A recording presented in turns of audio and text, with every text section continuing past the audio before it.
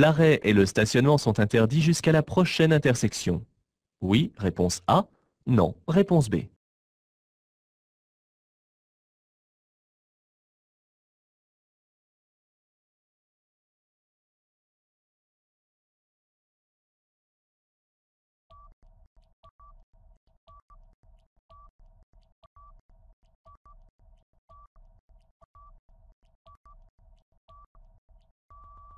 Un panneau de prescription prend effet au niveau de son implantation jusqu'à l'intersection suivante.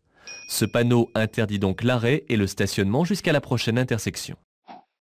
À droite, le long du trottoir, l'arrêt est autorisé un court instant. Oui, réponse A. Non, réponse B. Le stationnement est autorisé. Oui, réponse C. Non, réponse D.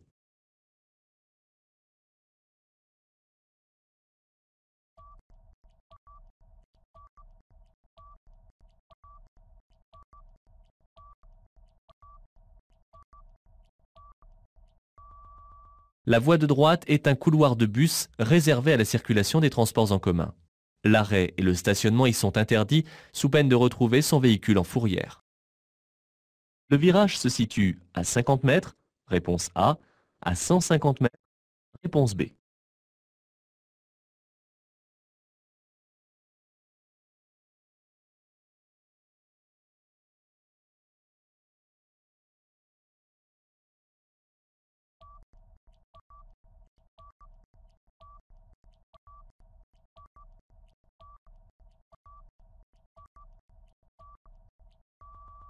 En dehors des agglomérations, les panneaux de danger sont situés à 150 mètres du danger qu'ils représentent. C'est ici le cas. La circulation chargée s'est établie à 80 km/h. Je peux dépasser? Oui. Réponse A. Non. Réponse B. J'augmente la distance de sécurité? Oui. Réponse C. Non. Réponse D.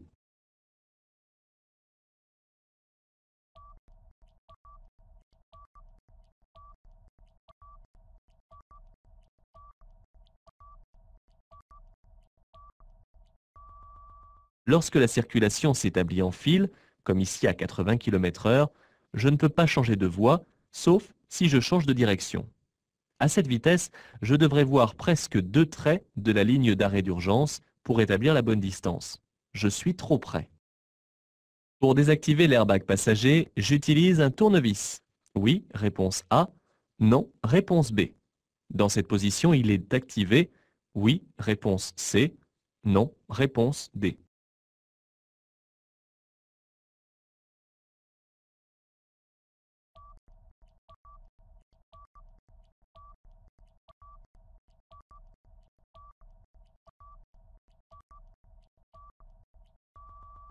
Cet interrupteur se trouve sur la planche de bord et se manipule avec la clé de contact. Il est présent dans les véhicules afin de désactiver l'airbag côté passager avant. Il est actif sur On. Il faut désactiver cette fonction lorsqu'un enfant est installé à cette place dans un dispositif spécial dos à la route. Pour avoir une meilleure vision la nuit, je nettoie régulièrement l'intérieur du pare-brise.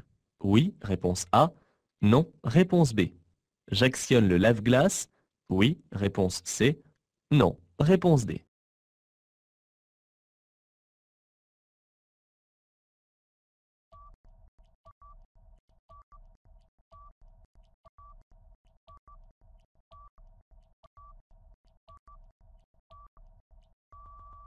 Une fine pellicule grasse se dépose régulièrement à l'intérieur du pare-brise. Ceci est accentué lorsque l'on fume. On la retire avec un coup de chiffon imprégné de produit pour nettoyer les vitres. Remplir le bocal de lave-glace avec un produit détergent et antigel. Je peux rester sur cette voie pour dépasser ces véhicules. Oui, réponse A. Non, réponse B.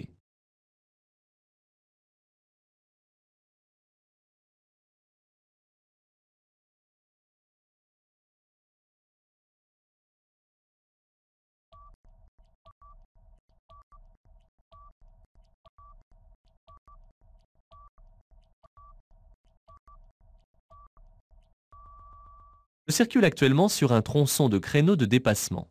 La voie centrale est réservée pour les dépassements dans mon sens de circulation. Je peux donc dépasser les véhicules en restant sur cette voie. Je passe avant le véhicule rouge. Oui, réponse A. Non, réponse B. Après le véhicule sombre, oui, réponse C. Non, réponse D.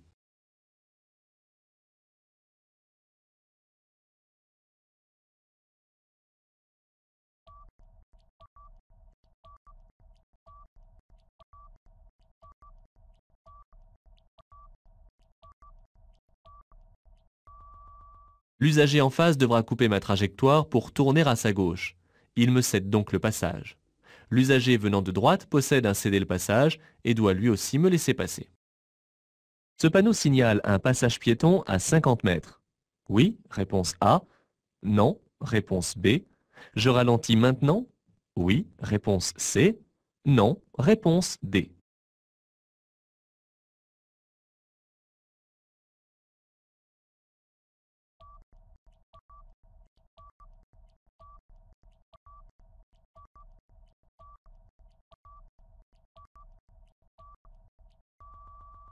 Ce panneau marque la position du passage pour piétons. Bien que le marquage au sol du passage soit ici inexistant, il est probable que pour une question de visibilité du panneau, celui-ci ait été placé avant le virage. Je ralentis dès maintenant. Sur une route très enneigée aux intersections, le régime de priorité est automatiquement à droite. Oui, réponse A. Non, réponse B. La courtoisie est souvent la règle à appliquer. Oui, réponse C. Non, réponse D.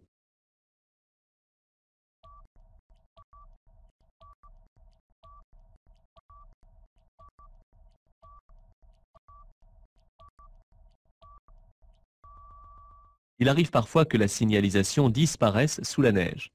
Cependant, je dois appliquer la règle en vigueur, car les autres usagers ont peut-être un panneau qui leur est visible. En l'absence d'information, je m'attends à devoir céder le passage et éventuellement à faire signe aux autres de passer. Ce panneau signale un accident, réponse A, un risque de tonneau, réponse B, la présence de secours, réponse C.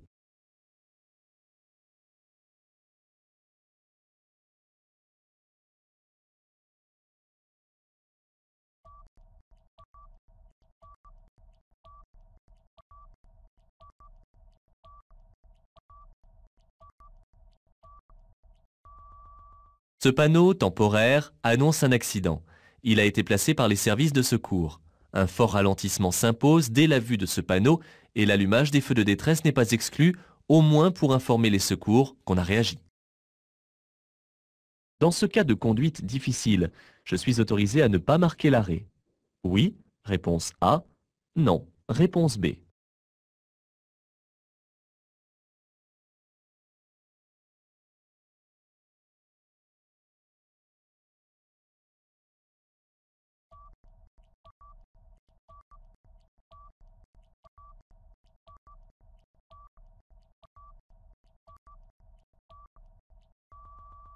Il me sera difficile de redémarrer sur l'épaisseur de neige, mais je dois marquer l'arrêt au niveau de la ligne d'effet. Les pneus neige s'avèrent ici efficaces. La nuit, le stationnement reste possible sur une ligne zigzag. Oui, réponse A. Non, réponse B.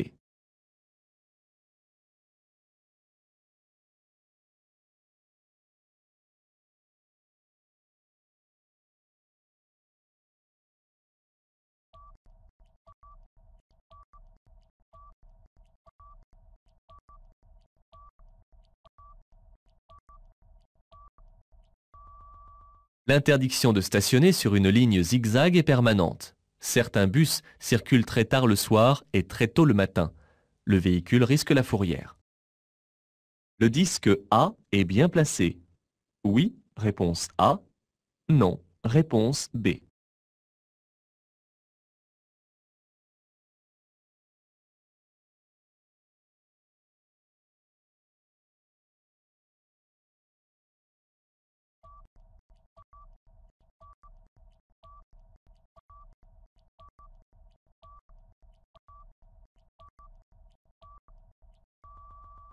Le disque A se place bien en évidence sur la carrosserie et à gauche afin d'être visible par tous les usagers qui suivent le véhicule.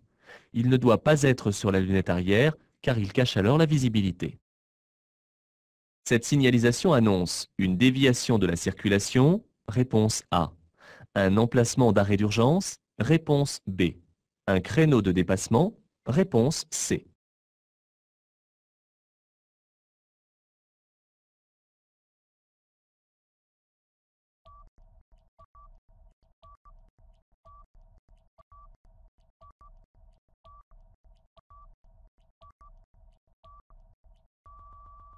Ce panneau indique un refuge pour un arrêt d'urgence.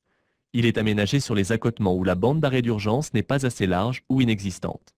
L'arrêt y est interdit en dehors des cas d'urgence. Pour me rendre à Palaiseau, je suis bien placé. Oui, réponse A. Non, réponse B. J'emprunterai une autoroute à péage. Oui, réponse C. Non, réponse D.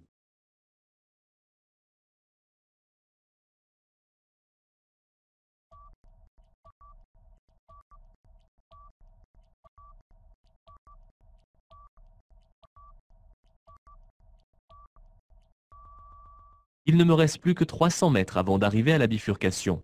Attention aux véhicules qui sont déjà placés derrière moi. L'autoroute que je vais emprunter n'est pas à péage, car la direction de Palaiseau est indiquée sur un registre séparé. Le péage ne concerne que les directions d'Orléans, Nantes et Bordeaux. Un contrôle anti-pollution doit être effectué périodiquement. Oui, réponse A. Non, réponse B. Peut être effectué par la police? Oui, réponse C. Non, réponse D.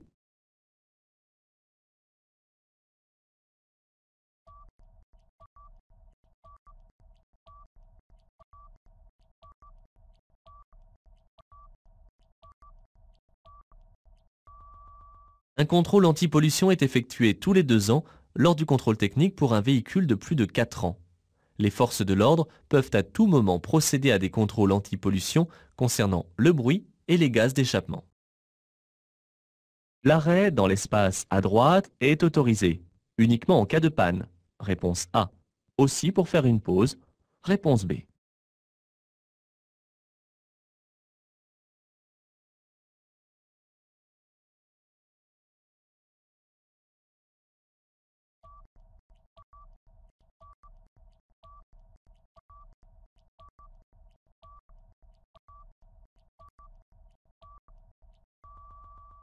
Ce panneau me signale seulement la présence d'un poste d'appel d'urgence relié à la gendarmerie.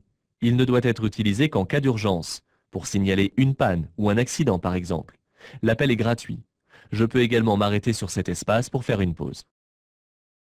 Pour tourner à droite, je me place comme le véhicule gris, réponse A, comme le véhicule rouge, réponse B.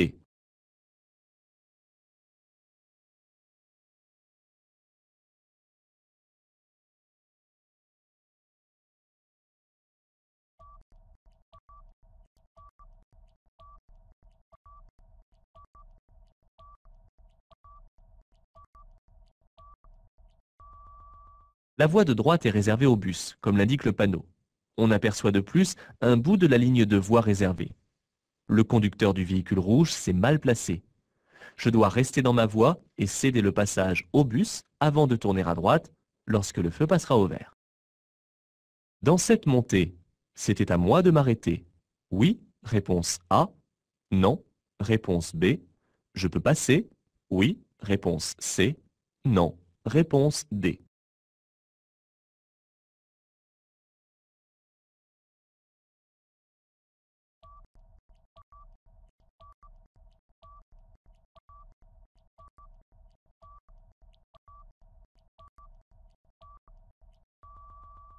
Le chasse-neige n'a pas eu le temps de passer et seule la trace pour le passage d'un véhicule existe. Les véhicules descendants doivent s'arrêter et se ranger afin de me laisser monter. Je serre à droite et je passe. L'indicateur de vitesse est le cadran de droite. Oui, réponse A. Non, réponse B. Le compte-tour est à gauche. Oui, réponse C. Non, réponse D.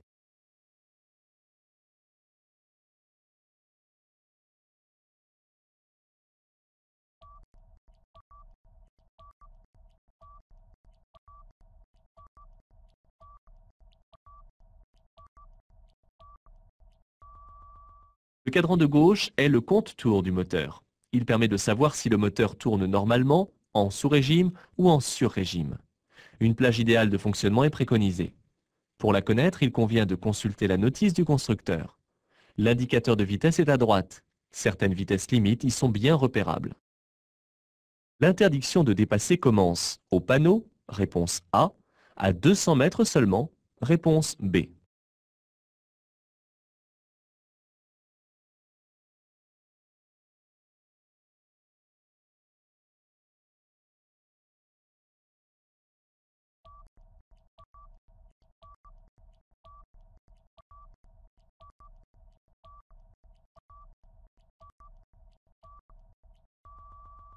L'interdiction d'un panneau de prescription commence à l'endroit où est implanté le panneau. C'est la réduction du nombre des voies qui commence à 200 mètres.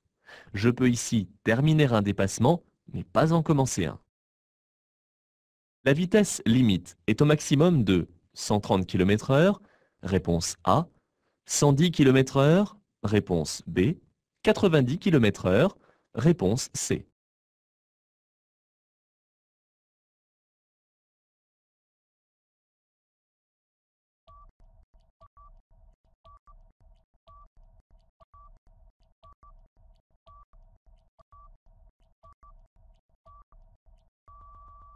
Regardez bien où nous circulons, et plus particulièrement les lignes de rive.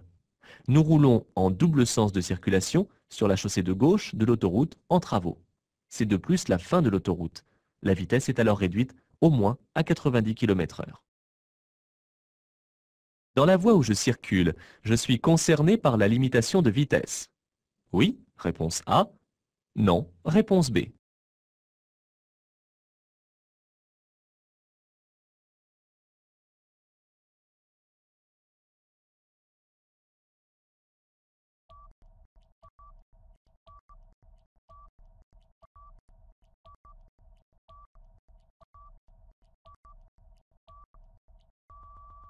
Cette limitation concerne l'ensemble des voies. En règle générale, la signalisation de danger et de prescription est répétée à gauche sur les chaussées séparées. Ce panneau donne la priorité de passage aux camions du chantier. Oui, réponse A. Non, réponse B.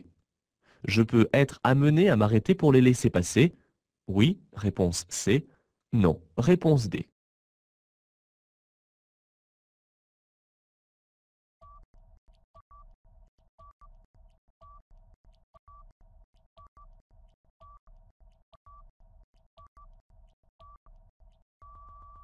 On peut voir d'où viennent les camions du chantier grâce aux traces de terre. Ce panneau ne leur donne aucune priorité de passage. Cependant, il s'agit ici d'une priorité à droite et j'aurai éventuellement à céder le passage à droite à tous les usagers, y compris les camions de chantier. La visibilité est améliorée par un nettoyage régulier des blocs optiques. Oui, réponse A. Non, réponse B. Une vérification fréquente des ampoules d'éclairage. Oui, réponse C. Non, réponse D.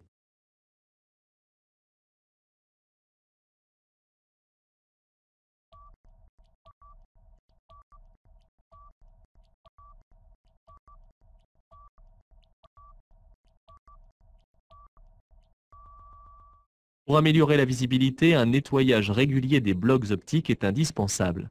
La durée de vie d'une ampoule est limitée à plusieurs centaines d'heures, mais sa luminosité diminue sans qu'on s'en aperçoive. Lorsqu'on change une ampoule, il faut toujours aussi changer l'ampoule symétrique. Pour me rendre à ici, je me place dans la voie de stockage à gauche. Oui, réponse A. Non, réponse B.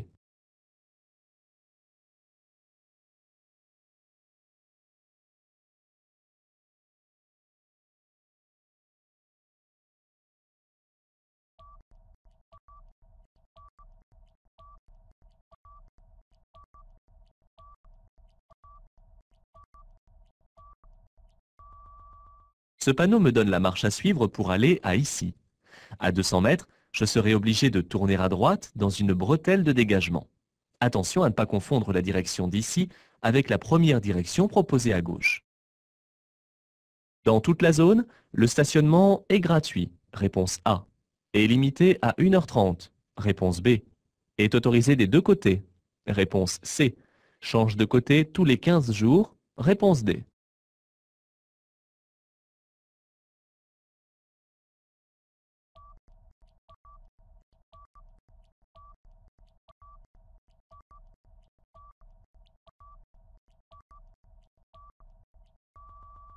Cette signalisation annonce l'entrée d'une zone à stationnement unilatéral à alternance semi-mensuelle.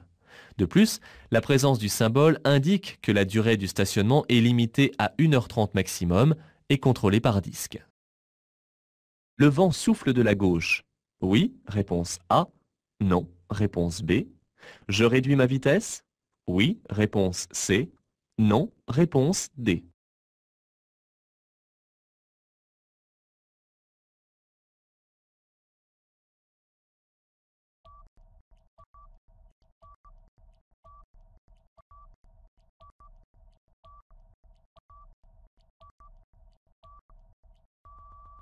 La manche à air a pour rôle d'informer les conducteurs de la direction du vent et de son intensité dans les endroits fortement ventés. La force du vent est donnée par l'inclinaison de la manche. Il souffle actuellement de la gauche. Pour une meilleure maîtrise, il est conseillé ici de ralentir. Ici, les feux de route sont utiles, réponse A, obligatoire, réponse B.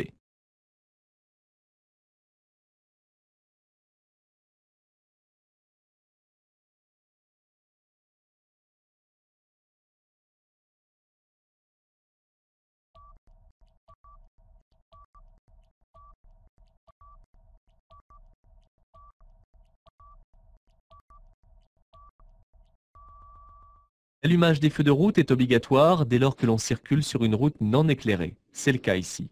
Plus loin, j'allumerai les feux de croisement puisque la route sera éclairée. Je vais à Bordeaux et la circulation sur Paris est ralentie. Je peux suivre le véhicule gris qui passe à droite. Oui, réponse A. Non, réponse B.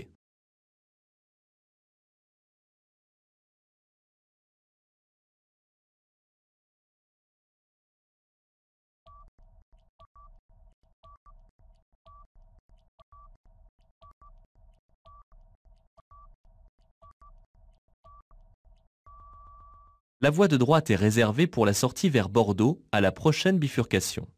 En me plaçant sur celle-ci, comme le véhicule gris, je peux remonter la file ralentie qui reste sur la direction de Paris. Le système de dégivrage de la lunette arrière permet de garder une bonne visibilité vers l'arrière. Oui, réponse A. Non, réponse B. Ne s'utilise qu'en hiver. Oui, réponse C. Non, réponse D.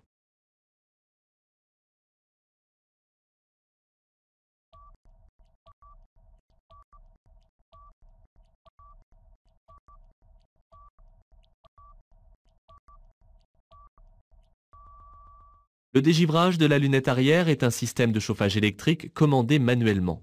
Il doit être mis en marche quand le moteur tourne et éteint lorsque la visibilité devient bonne. Il sert à faire fondre le givre en hiver ou permet de faire évaporer la buée en d'autres circonstances. Le rétroviseur extérieur droit est obligatoire pour tracter une caravane. Réponse A. En conduite accompagnée. Réponse B. Sur un break. Réponse C. Sur tous les véhicules. Réponse D.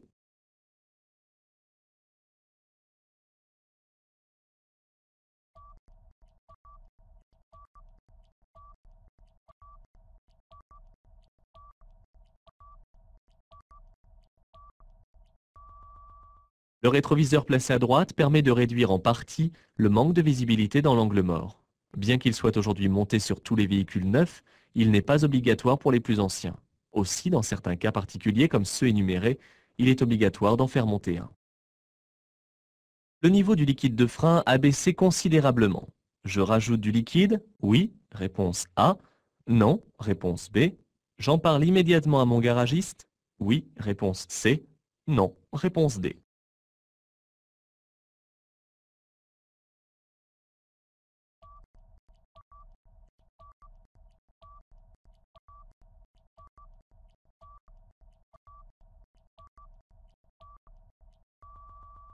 Avec l'usure des plaquettes de frein, le niveau descend toujours un peu, mais une baisse rapide et anormale de niveau résulte toujours d'une fuite.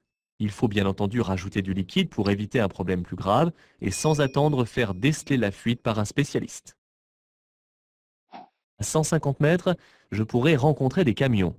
Oui, réponse A. Non, réponse B. Je ralentis maintenant? Oui, réponse C. Non, réponse D.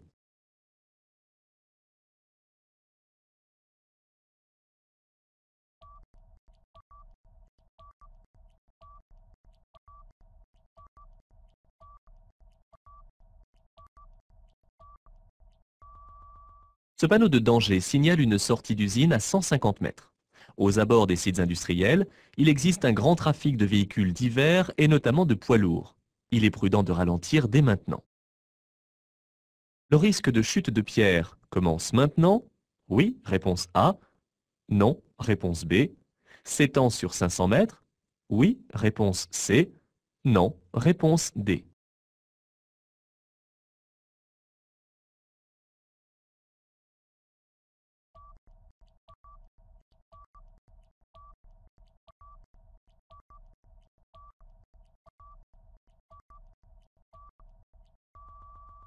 Un panneau de danger est situé à environ 150 mètres du risque qu'il annonce, en dehors des agglomérations.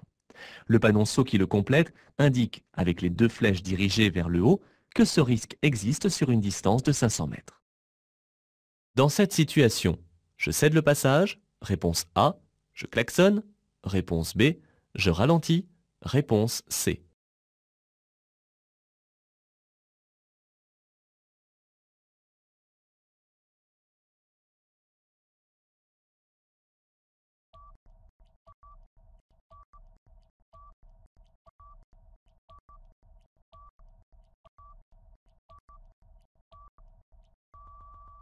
Cet usager sort manifestement d'une propriété privée.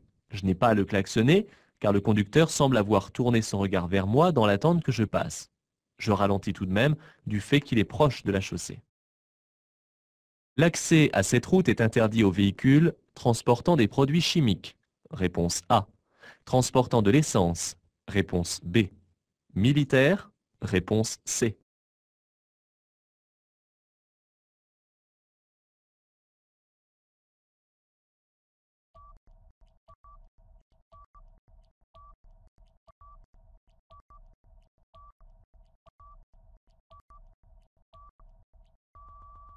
Le premier panneau interdit l'accès aux véhicules transportant des matières inflammables ou explosives. Le deuxième panneau interdit quant à lui l'accès aux véhicules transportant des produits dangereux. Cette ligne annonce une ligne continue. Oui, réponse A. Non, réponse B. J'ai encore le temps de dépasser? Oui, réponse C. Non, réponse D.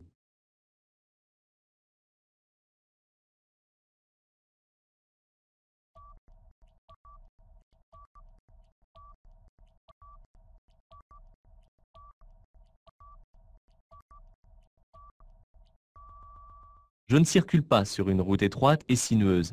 Cette ligne annonce donc une ligne continue. J'ai dû tout juste passer la première flèche de rabattement, ce qui signifie que je ne peux pas commencer un dépassement ici. Je tracte une caravane. Je peux aller stationner sur le parking. Oui, réponse A. Non, réponse B.